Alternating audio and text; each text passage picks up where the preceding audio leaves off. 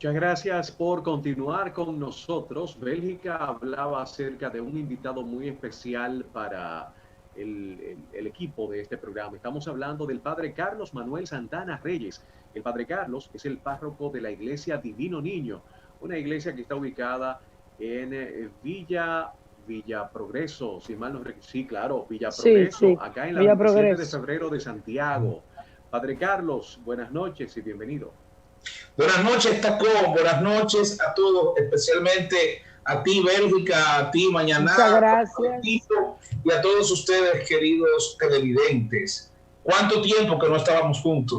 Ay, sí, pero Así ya es. estamos y vamos a hablar Sí. de una época tan hermosa como es la Navidad, aunque ahora yo no sé, sigue siendo hermosa, pero con muchas limitaciones, a tal punto que vi una información que en Belén no hay turistas, prácticamente está cerrado. Y lo que se está haciendo es orando, rezando, y ni siquiera pueden ir a la cueva donde van estos turistas del niño, donde nació el niño Jesús. Es totalmente cerrado. Entonces aquí todo está abierto. ¿A qué se debe? ¿No hay fe? Carlos, ¿qué es lo que está pasando? Que la gente aquí que cree que la Navidad hay que bonchar, tiene que ser una cosa, una locura. Bueno, yo creo que no podemos generalizar. O sea, tenemos que reconocer que los tiempos han cambiado y que la mentalidad consumista de la sociedad actual impone una serie de criterios, impone una serie, entre comillas, de valores que van de acuerdo a la sociedad de nuestro tiempo. Entonces, mucha gente pues se deja llevar, que no tiene ningún tipo de formación religiosa, de gente que entiende que Navidad es fiesta, jolgorio y todo eso. Y bueno, es el grupo que hace más escándalo, pero también está el otro grupo que realmente reconoce los auténticos y vive los auténticos valores de Navidad. Lo que pasa es que había creo que Eduardo Estrella, que tenía el eslogan de los calladitos somos más. O sea, que sí, los calladitos somos más. O sea, tenemos que ver que vivimos ya hoy en una sociedad plural. Hasta hace unos 30, 40 años atrás, pues todavía imperaba este sentido de la cristiandad, los valores familiares, el compartir en la familia, todo esto.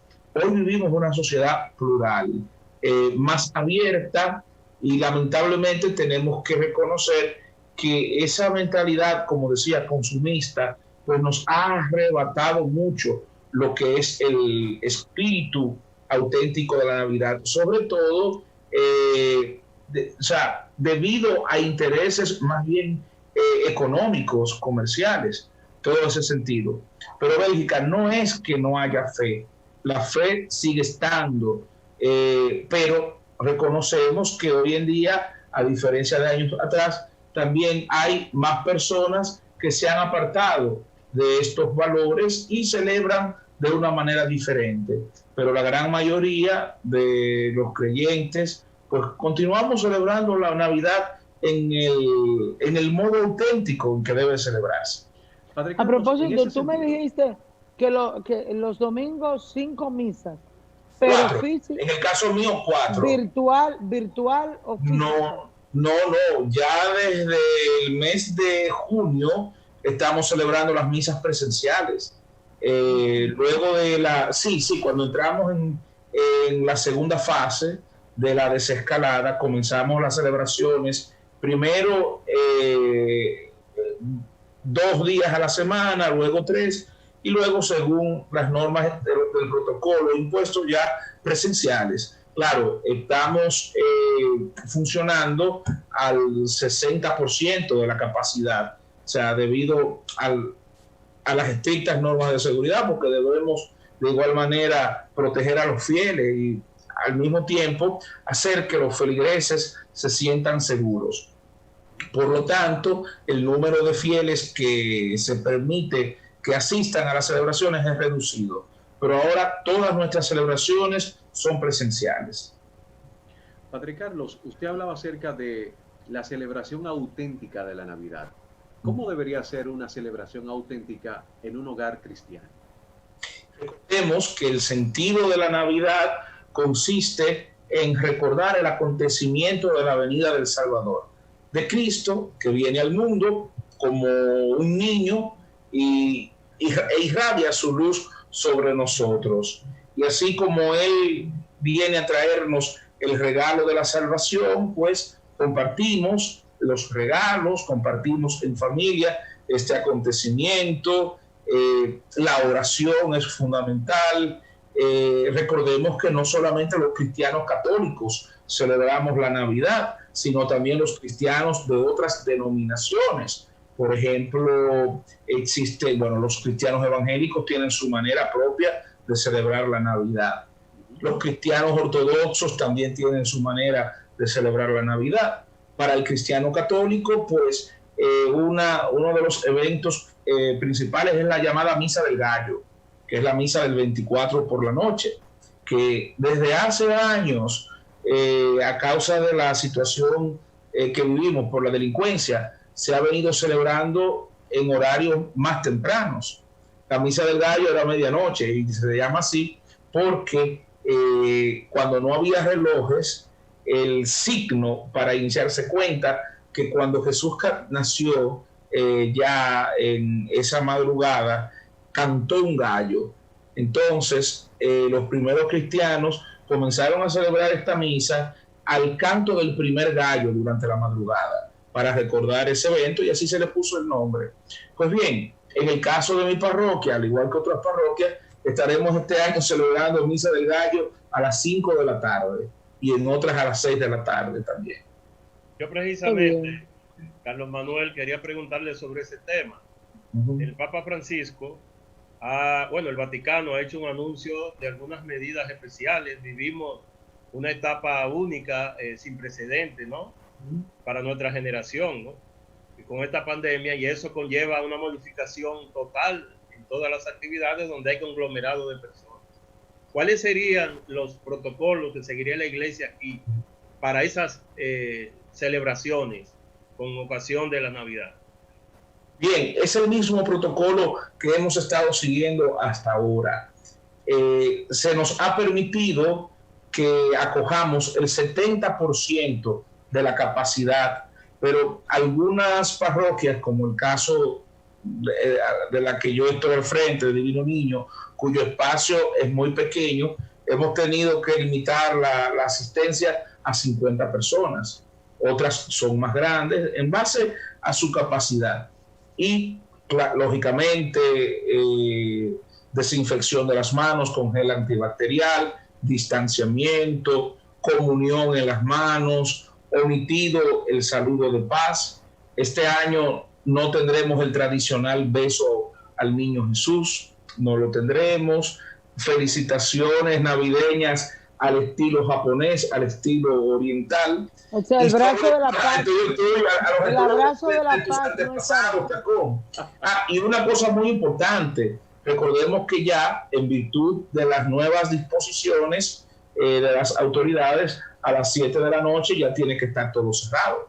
No puede haber funcionamiento no pueden estar las iglesias abiertas como no pueden estar abiertas otras actividades. Y en este sentido hemos tenido que adelantar mucho más el horario de las celebraciones. El abrazo de la paz también no se está cumpliendo. Lo estamos haciendo al estilo oriental. Al estilo oriental, una simple inclinación de cabeza. ¿Quién te dio la clasecita? ¿El tacón? No. Eso fue aprendido. ¿Cuál es la diferencia? Ajá. ¿Cuál es la diferencia? No hay procesión, ¿verdad? En Navidad. No, en solo Navidad, en Semana Santa. Solo en Semana Santa. ¿Y cuál es la diferencia para adorar a Dios de Semana Santa y Navidad? Lo que pasa es que en Semana Santa nos enfocamos en un aspecto del misterio de Cristo, que es el de su pasión, su muerte y su resurrección. Y en Navidad nos enfocamos en el misterio de su nacimiento. Son dos, digamos, escenas distintas de la misma obra. Primero celebramos el nacimiento y luego celebramos su muerte. Pero en sí recordamos cómo Dios, a través de la encarnación de su Hijo Jesús, se nos ha dado y sobre todo ha venido para salvarnos. Dicho sea de paso, Carlos Manuel, como que yo observo que se ha distorsionado entre la población lo de felices Pascuas, porque creo que las Pascuas son en Semana Santa, no en Navidad, pienso yo, ¿verdad? ¿Qué usted piensa? ¿Es así? Bueno, el término Pascua en sí es un término hebreo que significa paso de la... haciendo referencia, recuerden, al paso del pueblo de Israel por el Mar Rojo cuando se abrió para que pudiesen verse libres de la persecución del faraón. Entonces se le comenzó a llamar Pascua a esa celebración, esa conmemoración. Y luego, por antonomasia, los cristianos llamaron Pascua al acontecimiento de la resurrección porque coincidió el sacrificio de Cristo con la Pascua judía. Ahora bien, hubo una tradición que comenzó que no se remonta ahora, sino que se remonta hacia más de 1400 años, en la que se hacía una lectura simbólica de la natividad del Señor y se asociaba a la Pascua, en cuanto que también la Navidad guarda relación con el misterio pascual de Cristo, porque está focalizada, orientada al misterio de la resurrección, que es la Pascua. Y por eso, entre los cristianos comenzó a desarrollarse esta concepción de que había Pascuas de Navidad y Pascua de resurrección.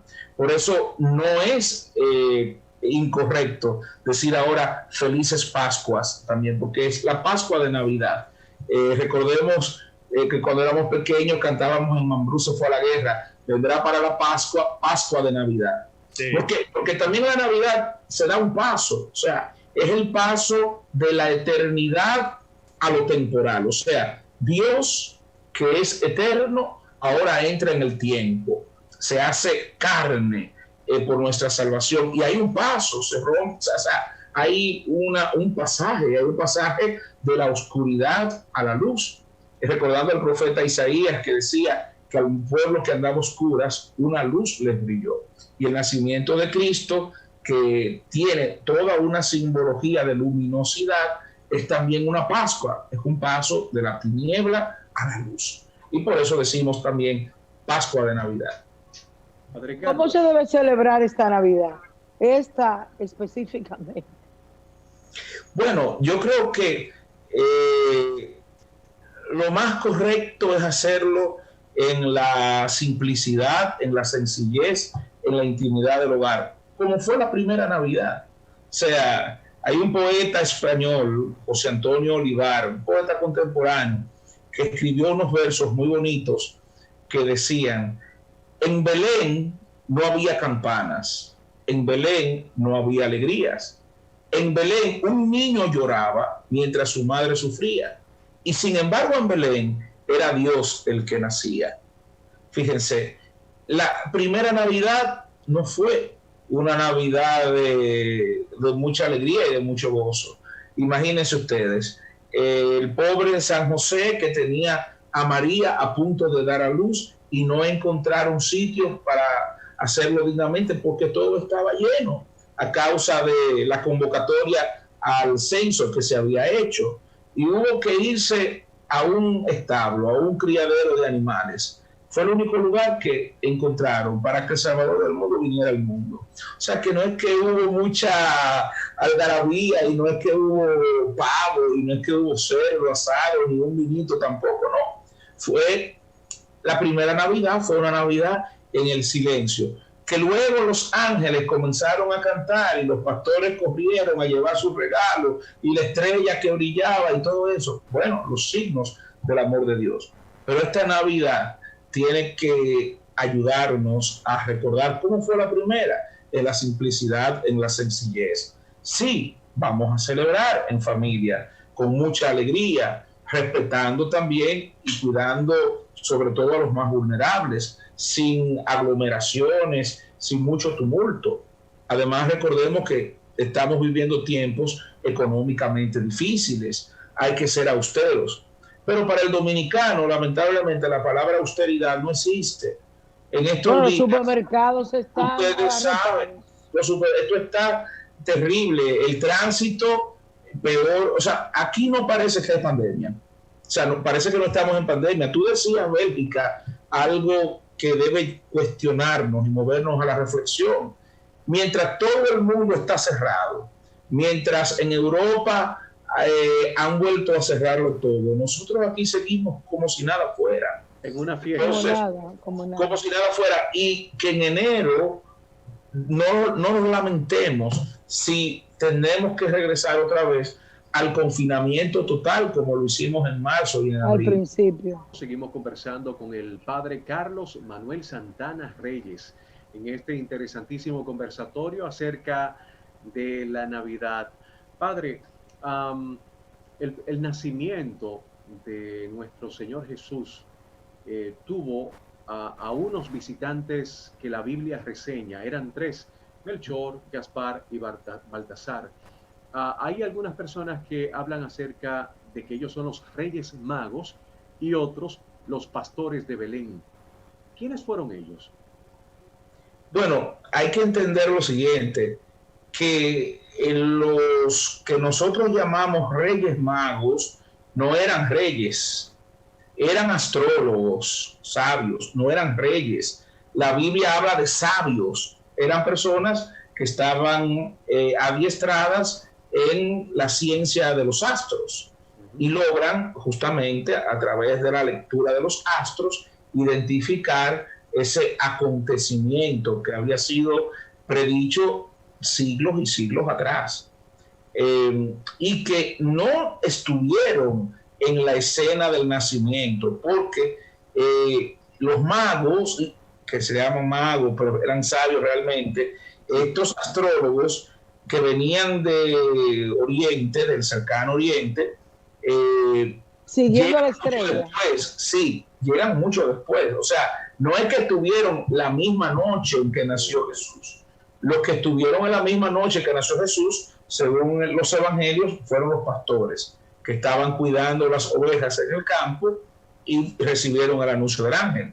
Pero y tampoco sabemos cuántos eran. O sea, nosotros decimos los tres reyes, porque la tradición suele identificar que eran tres por los regalos que la Biblia dice que llevaron: incienso, oro y mirra. De hecho, los nombres de Melchor, Gaspar y Baltasar no vienen registrados en los evangelios, sino que vienen reportados más adelante en las tradiciones llamadas apócrifas, que eran una serie de evangelios que no eran no fueron los oficiales, pero eran relatos, muchos de ellos que contenían narraciones fantásticas, fabulosas, y ahí vienen entonces los nombres: Melchor, Gaspar y Baltasar. Pero los llamados magos no participan en la misma noche de la Natividad, sino que viene después. De hecho, recuerden que cuando Herodes se entera de la profecía y que había nacido un niño, por seguridad, Herodes manda a matar los niños de 2 años para abajo. Quiere decir que es muy probable que estos magos hayan llegado un año y medio después, 2 años después del nacimiento, porque según los cálculos, los sabios de Herodes dijeron: mire, debió haber nacido en tal fecha, y por eso, para no dejar ningún tipo de dudas con respecto a la eliminación de ese nuevo rey, se mandó a matar a los niños de 2 años para abajo. Yo les digo una cosa, Carlos Manuel. Nosotros, los que no tuvimos una infancia muy agraciada económicamente, siempre dependíamos cuando la tradición de los Reyes Magos, ¿verdad?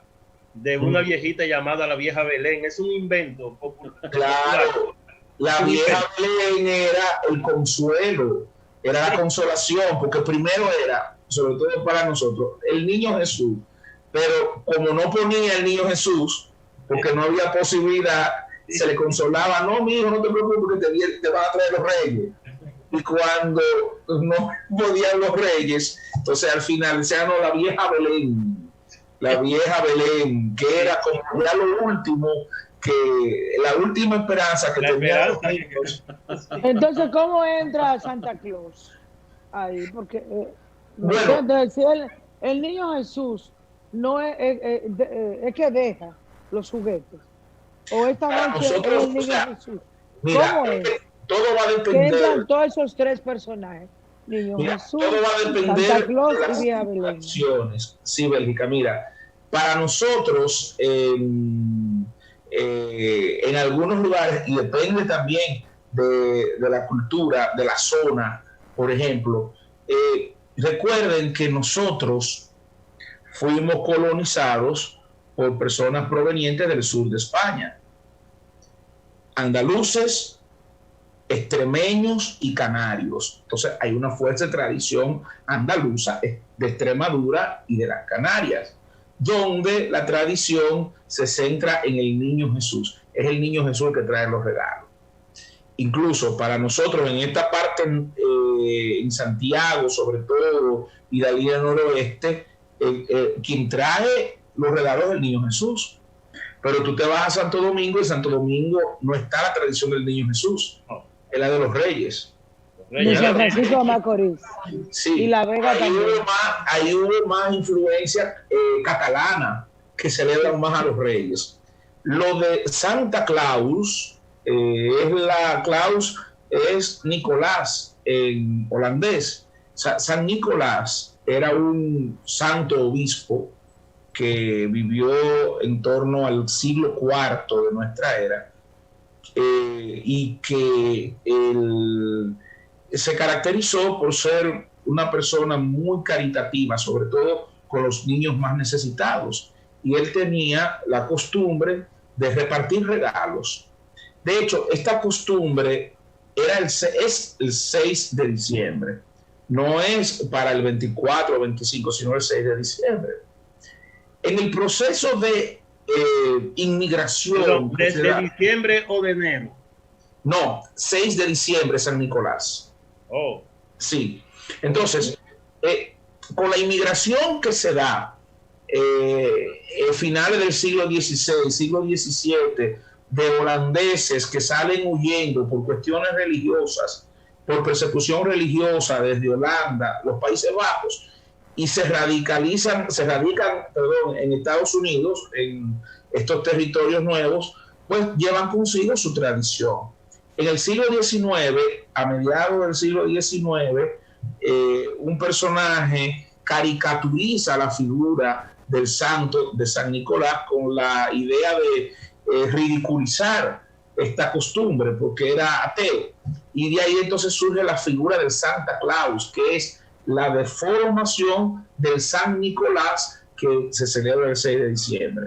Entonces, adoptan, por ejemplo, de hecho, la figura del Santa Claus, como lo conocemos nosotros, es la antítesis del niño Jesús. Es antítesis porque es el icono de la sociedad de consumo en la que vivimos. De hecho, Santa Claus ha desplazado el protagonismo del niño Jesús.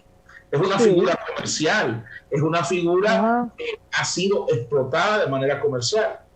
Para nosotros los cristianos, lógicamente, existe el San Nicolás, y en Europa, sobre todo en esos países nórdicos, hay unas costumbres muy hermosas, se cocinan alimentos dulces especiales, hay una repostería que toma nombre precisamente de San Nicolás, todo eso, pero conservan todavía este espíritu de la tradición.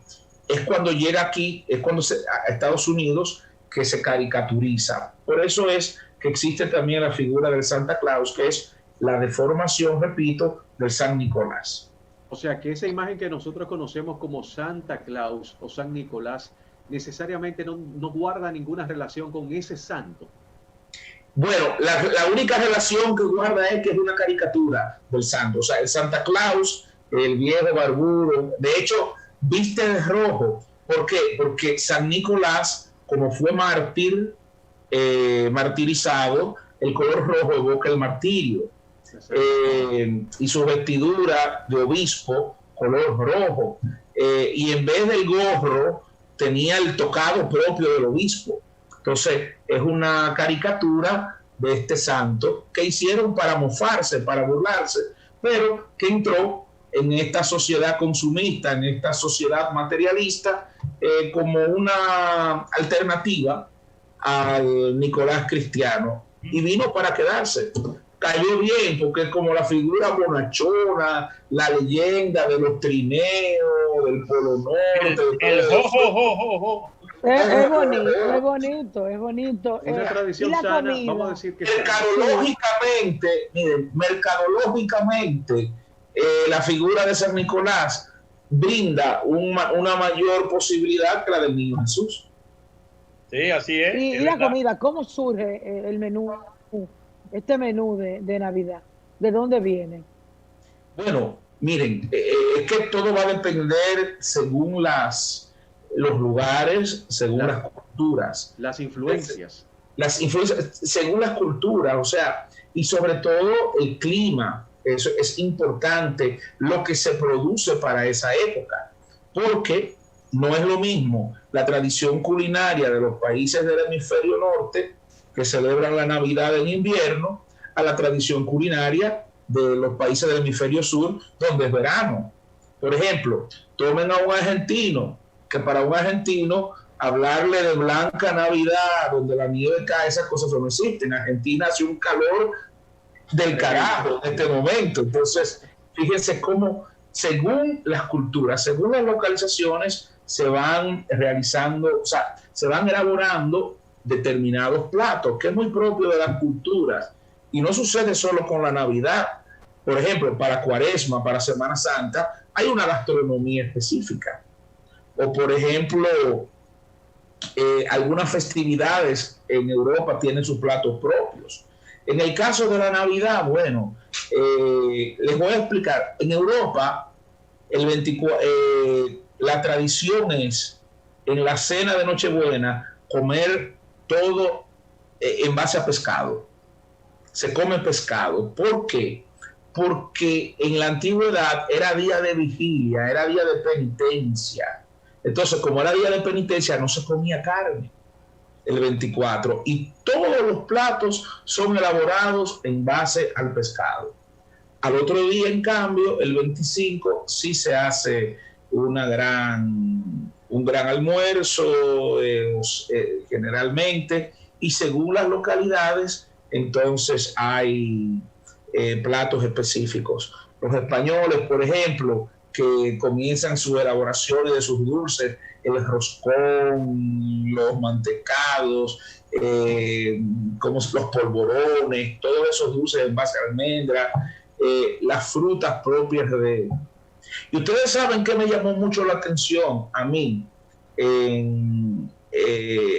por ejemplo, en Europa, cuando yo estuve en Europa, yo viví 7 años en Europa, en los países del este, todos los países de la llamada Cortina del Este, ¿saben ustedes cuál es la fruta que se asocia con la Navidad para ellos? El guineo. El guineo, banano. ¿Cómo va a ser? Sí. Oye, qué cosa. Y curiosamente, uno compartía esas experiencias. Para nosotros, las frutas de la Navidad son las manzanas y las uvas, sí, que ellos las tienen todo el año. Sin embargo, ellos nos contaban que como son frutas de exportación muy costosas para la mayoría, entonces Navidad era la época donde había más dinero por el asunto del doble sueldo y era la única manera de comprar esos artículos que eran exóticos. Entonces, para ellos, la fruta que se identifica con la Navidad es la banana, es el guineo. Increíble. Sí. Carlos, muchas gracias. Finalmente, tu mensaje de Navidad. Repito lo que ya decía, es un tiempo para estar en familia, para vivir la moderación, sobre todo la moderación. Vienen tiempos más difíciles, sin lugar a dudas. Estamos en medio de una crisis que va a continuar dejando secuelas. No es el tiempo para derroches, no es el tiempo para llenarnos los ojos y sobre todo para crearnos necesidades falsas. No es el tiempo de crearnos necesidades falsas, por ejemplo. Entonces, tener la atención hacia el futuro, mirar hacia el futuro, el tiempo que va a venir y moderarnos. Para los creyentes, recordar que estamos celebrando el nacimiento del Salvador. Para los que no tienen la gracia del don de la fe, pues que traten de vivirlo en tranquilidad junto con sus familias, en la moderación y en la austeridad que estos tiempos nos imponen. Gracias, feliz Navidad, Carlos. Feliz Navidad para todos. Un abrazo, como siempre, mucho cariño. Sí. Bélgica, déjame expresar antes que se vaya Carlos Manuel, que yo en lo personal estoy muy gratamente impresionado por su sapiencia, yo lo felicito por esa historia que sí. Carlos, le hace mucha más profundidad. Excelente. Más profundo. Ha dado mucho para los por brindarme este espacio para poder y es un artista, Carlos, sí. Además.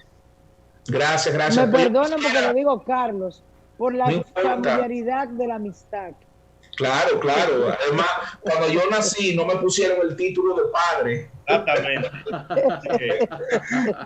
Yo quisiera aprovechar la ocasión, Bélgica, Víctor, Tacón, para, antes de despedirme, enviar una bendición a todos ustedes, a sus familias y a todos los televidentes. Claro que sí. ¿Cómo no?